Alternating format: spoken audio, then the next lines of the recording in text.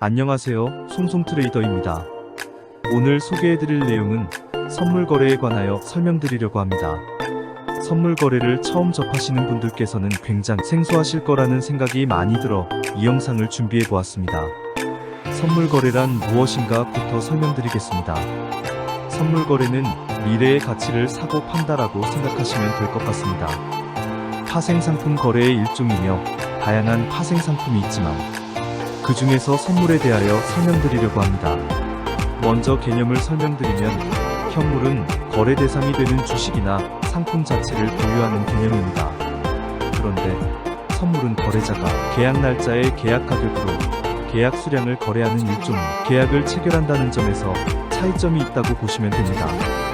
현물은 주식이나 상품이 상장 폐지되지 않는 한 원하는 기간 동안 보유를 할 수 있지만 선물은 투자자가 정한 계약 기간 동안만 계약을 보유할 수 있다. 이렇게 설명을 드릴 수 있을 것 같습니다. 이 정도가 선물 거래에 대한 개념입니다. 선물 거래를 하기 위한 단어들은 무엇이 있는지 한번 알아보겠습니다. 첫 번째 알려드릴 것은 롱과 숏입니다. 다른 말로 매수 매도입니다. 선물 거래 용어들은 이런 식으로 짝을 지어서 설명해야 하는 요구들이 많은데요. 그 이유는 선물 거래는 기본적으로 상승과 하락 두 가지 모두 거래를 하여 수익을 낼 수 있는 구조로 만들어져 있기 때문에 그렇습니다. 먼저 롱 같은 경우에는 쉽게 말해서 매수 거래를 의미합니다. 상승 포지션에 진입을 하여 거래를 한다는 말이며, 반대로 숏은 매도 거래를 의미하며 하락 포지션에 진입을 하여 거래를 한다는 것입니다. 이런 말이 나온 이유는 기본적으로 주식시장에서 파생되어 나온 용어이기 때문에 그렇습니다. 쉽게 말해 상승할 것 같으면 롱, 다른 말로 매수, 떨어질 것 같으면 숏 매도라고 생각하시면 됩니다. 두 번째로 설명해드릴 용어는 레버리지입니다. 쉽게 말하여 작은 돈으로 큰 수익을 내기 위해 외부에서 돈을 더 빌려서 거래하는 것을 레버리지라고 부른다고 보시면 되겠습니다. 레버리지를 사용하면 당연히 수익이 커지겠지만 손실 또한 커지기 때문에 리스크 관리가 매우 중요해집니다.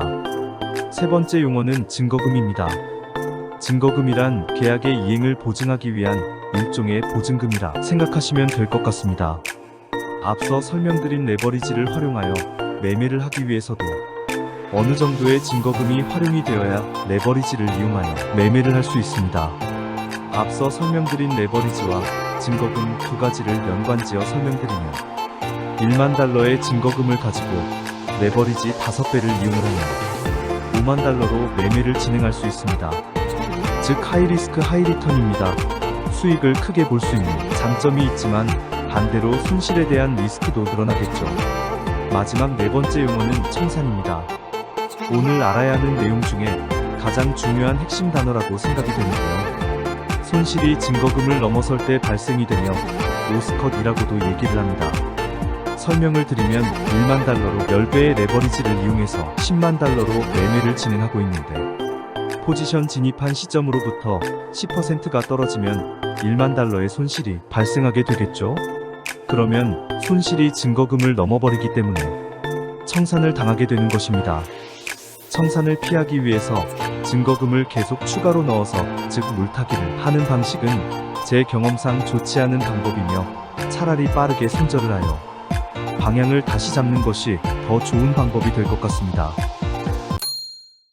오늘은 선물 거래를 하실 때 필요한 용어들을 몇 가지 정리해서 설명드렸는데 어려운 부분이 있으시면 댓글 고정 상단과 더보기란에 있는 번호로 연락주시면 언제든지 답변 드리고 있으며 다음 시간에 2편으로 더 좋은 내용으로 찾아뵙도록 하겠습니다.